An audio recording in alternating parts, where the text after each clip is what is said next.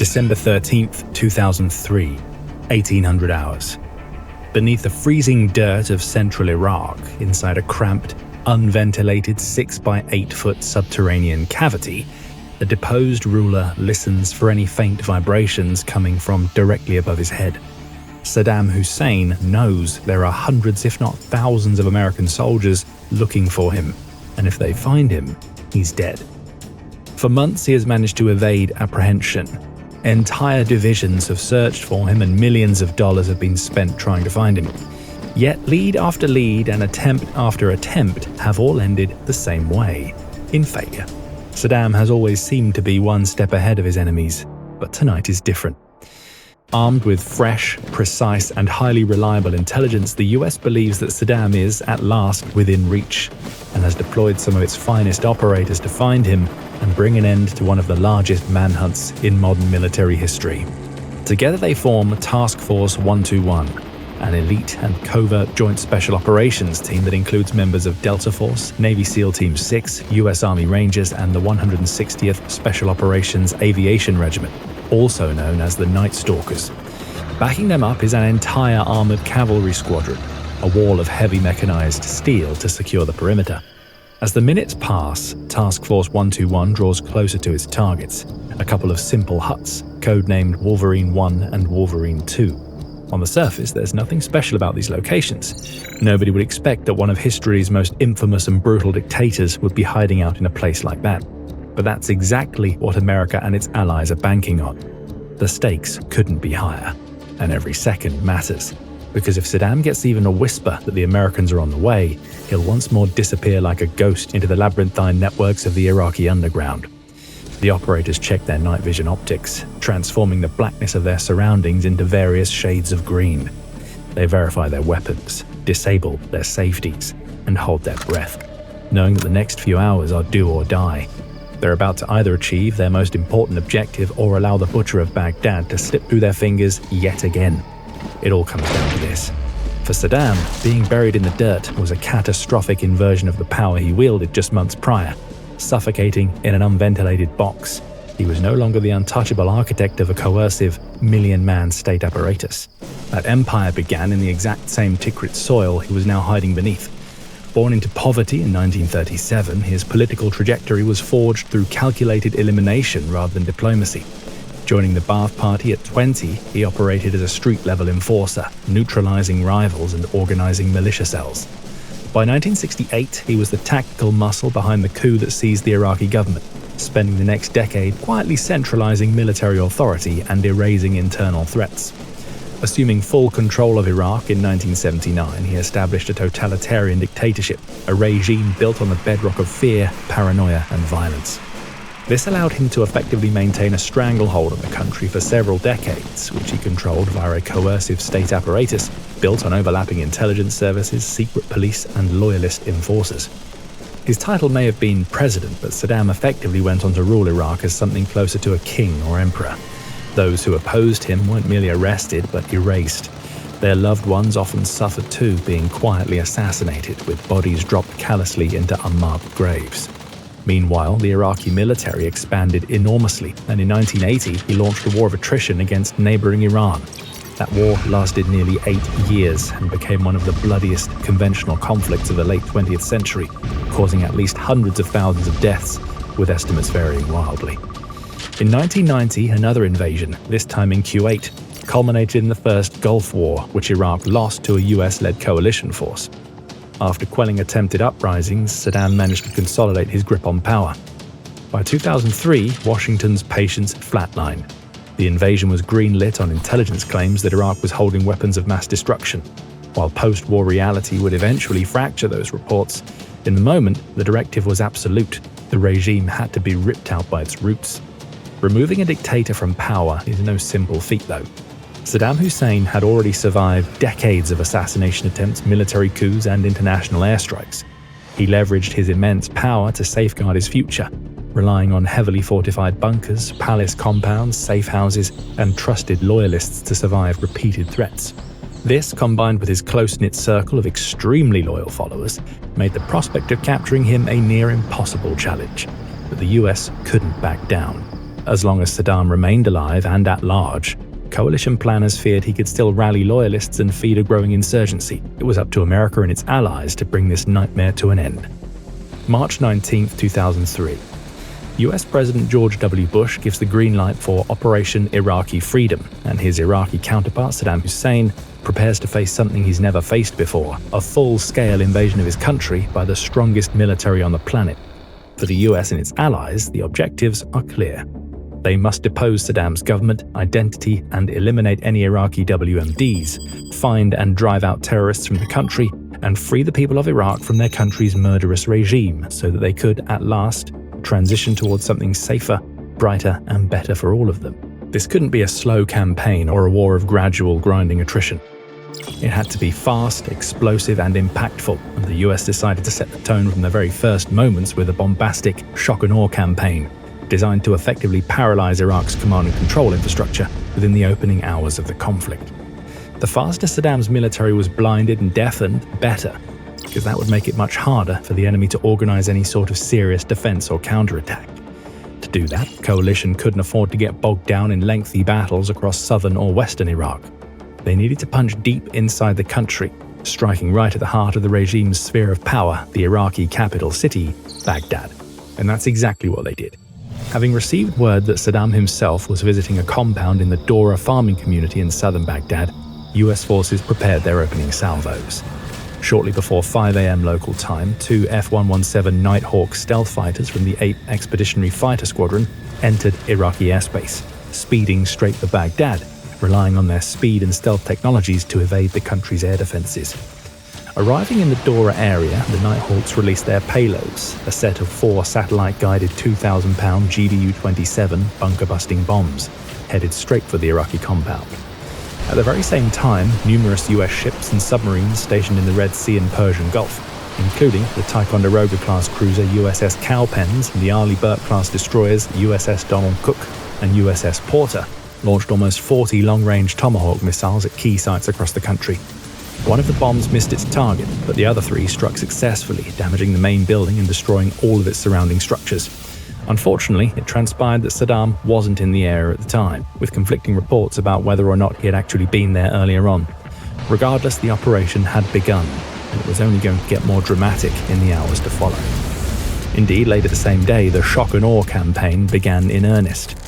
Members of the 160th Special Operations Aviation Regiment climbed aboard MH-60L Black Hawk and AH-6M Littlebird helicopters, supported by A-10 Thunderbolt IIs. Scouring the southern and western borders of Iraq, they identified and engaged dozens of observation posts. Within hours, over 70 of these targets had been taken out, and the Iraqi military has, effectively, been blinded, paving the way for American, British, and other Allied troops to cross the border and begin their march to Baghdad. They travelled not on foot, but in vast armoured columns, stretching for miles on end. Thousands of vehicles, including Abrams tanks, Bradley fighting vehicles, towed howitzers, mortars, and more, surged into Iraq. Above them, coalition aircraft rapidly assumed control of the skies, with the likes of fighter jets, bombers, attack helicopters, and surveillance aircraft carrying out round-the-clock operations, seeking and destroying as many assets as they possibly could. The Iraq War had begun. America's shock and awe campaign proved remarkably effective. In the opening days of the conflict, hundreds of bombs, missiles, and other munitions found their targets. Military headquarters collapsed into piles of rubble. Communications networks were severed. Air defenses were dismantled, and the countless other key nodes of the Iraqi armed forces were cut off from one another and eliminated. On paper, the country still had an enormous army with literally hundreds of thousands of personnel. However, in reality, it could barely put up a fight in those opening exchanges, as there was so much chaos, so much disruption, and so much going on, it was impossible for Baghdad's commanders to devise or implement any effective plan of action. Because modern warfare isn't just about the number of tanks you have or the amount of air defenses you install. It's also heavily dependent on logistics, and coalition forces were quite literally smashing those logistics to pieces, nullifying much of Iraq's strength in the process. Meanwhile, as aerial assets cleared the way ahead of them, US forces rushed onward with unrelenting speed and efficiency. They didn't want to waste time systematically clearing out every town and city along the way, so instead, they bypassed most of the major population centers, leaving them behind for secondary units to deal with as they beelined for Baghdad. Their journey wasn't without its challenges. They faced some resistance along the way, of course, posed by the likes of Iraqi army formations, Saddam's own Republican Guard units, and various paramilitary forces too. Some of them fought fiercely and died for the cause they believed in. Others simply waved the white flag, recognizing they stood little chance against the unmatched strength of the American military machine. American troops also had to deal with the often difficult and unpredictable conditions of the location in which they were fighting. Dust storms caused chaos, for example, with convoys getting separated and vehicles struggling to find their way. Supply lines also had to stretch further and further as the force advanced, creating logistical headaches that threatened to disrupt the entire operation. Every mile gained brought new challenges to the table, but the US troops remained fixed on their objective: get to Baghdad as quickly as possible. It was the only thing that mattered, and they wouldn't let anything stop them. On the opposing side, the Iraqi government leveraged its control of state media to construct and maintain a narrative of optimism. They claimed that the American troops were being wiped out and that victory was imminent, but those lies were shattered when, a mere couple of weeks into the operation, US forces arrived at the outskirts of Baghdad. There, Saddam's most elite Republican Guard forces awaited them and had been preparing for their arrival, establishing defensive rings around the city, setting up artillery, rolling out tanks, and mobilizing thousands of troops. They had the home field advantage, but they weren't counting on the kind of tactics or advanced equipment that the Americans were bringing their way. With their superior range, optics, and air superiority, the US forces engaged and destroyed Iraqi positions before they even knew what hit them. And on April 3rd, troops closed in on Baghdad Airport, otherwise known as Saddam International Airport. It was one of the best defended Iraqi positions in the entire country, and 2 American soldiers were killed early on by mortar fire.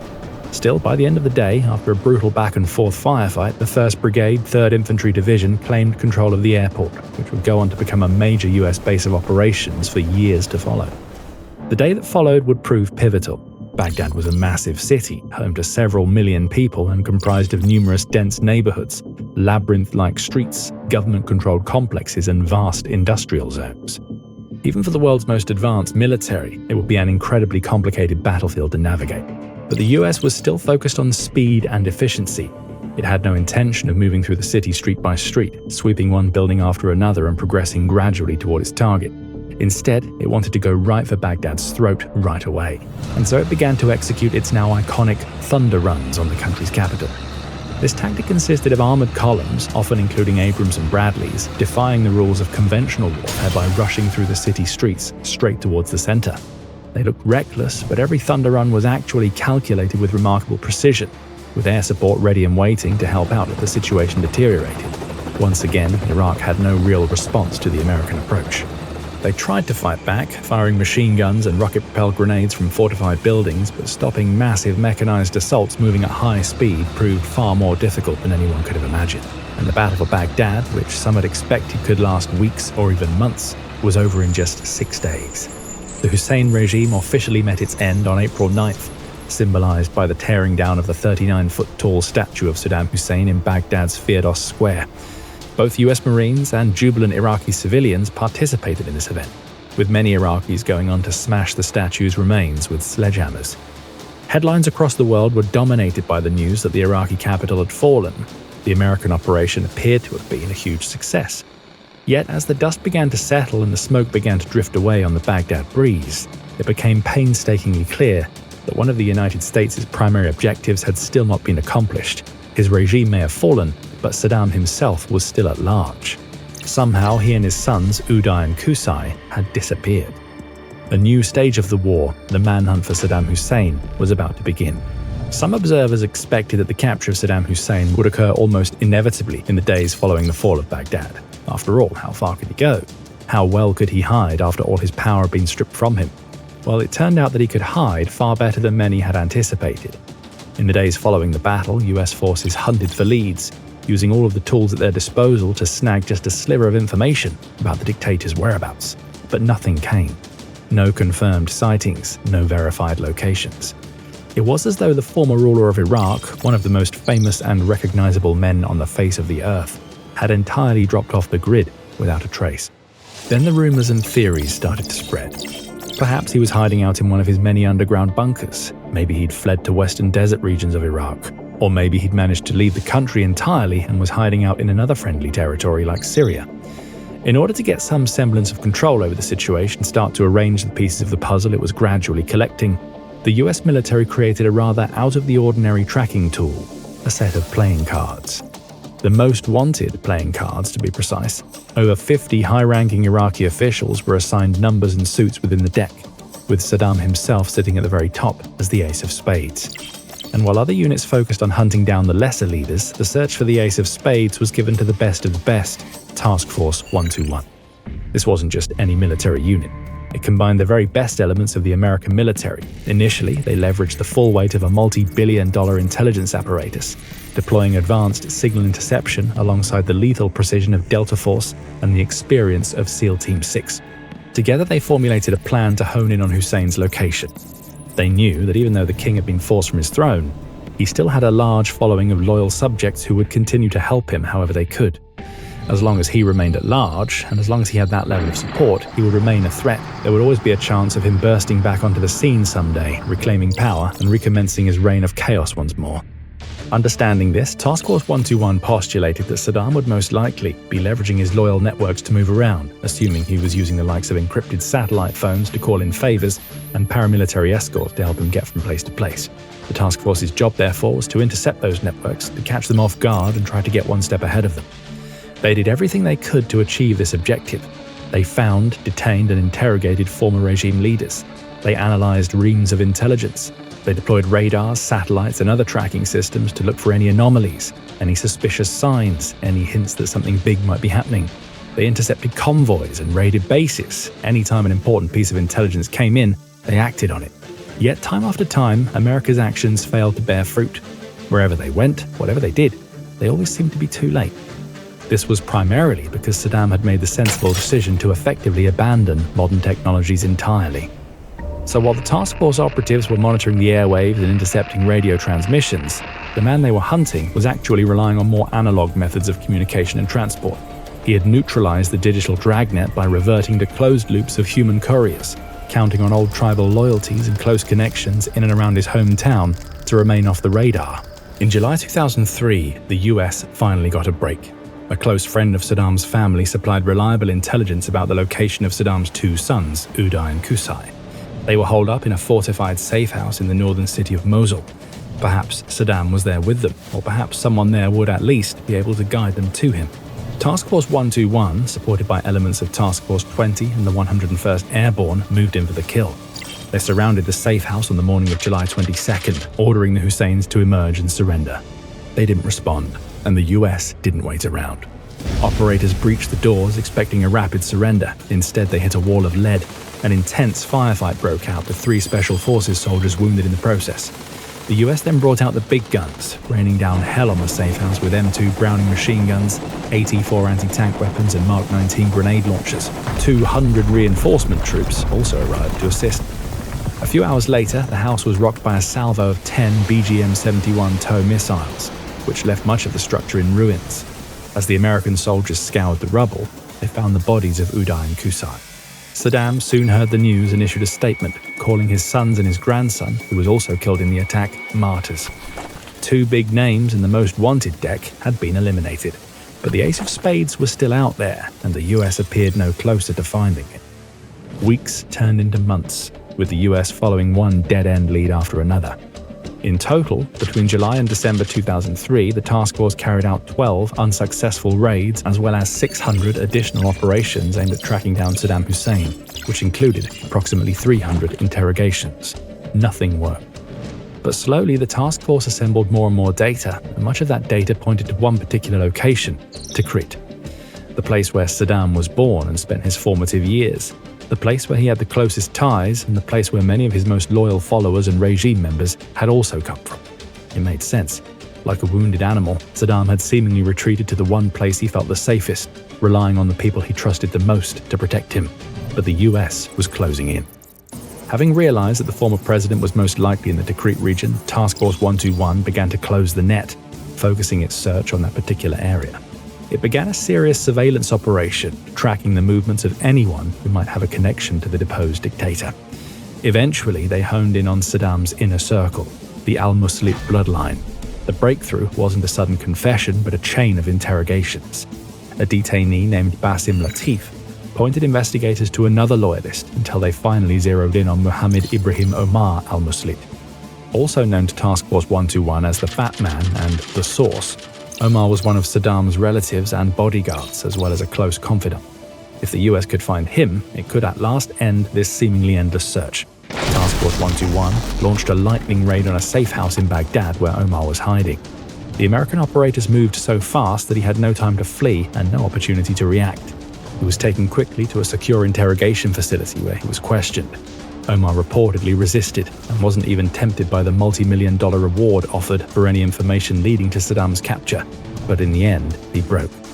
By the next morning, in fact, he told the US exactly what it wanted to know. Not just a rough outline of where Saddam might be, but an exact location of where he was hiding at that very moment. A dusty, desolate farmstead out by Al-Dawr. The clock was now ticking. The intelligence was fresh and seemed reliable, but with a target as paranoid as Saddam, the US had to act fast. If the dictator had any inkling, or if anyone else managed to alert him that Omar had been captured, he could flee the area in the blink of an eye, vanishing once more into the vast Iraqi deserts. With no time to waste, a huge strike force was assembled, with 600 troops dispatched to the area indicated by Omar.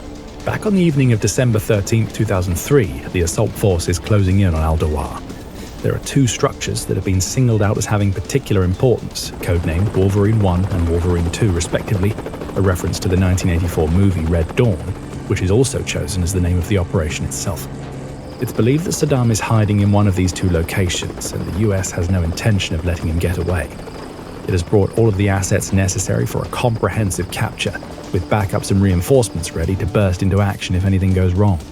A perimeter is established so that even if Saddam attempts to flee by vehicle, he'll have no way out and will inevitably run into a wall of American steel one way or another. This is it, the moment everything has been building to. With the perimeter secured, the elite operators of the task force move in to finish the job. They move swiftly, relying on their night vision goggles to navigate the darkness with ease. They approach Wolverine 1 and force their way inside with bated breath, hoping and expecting to see the dictator huddled in a corner.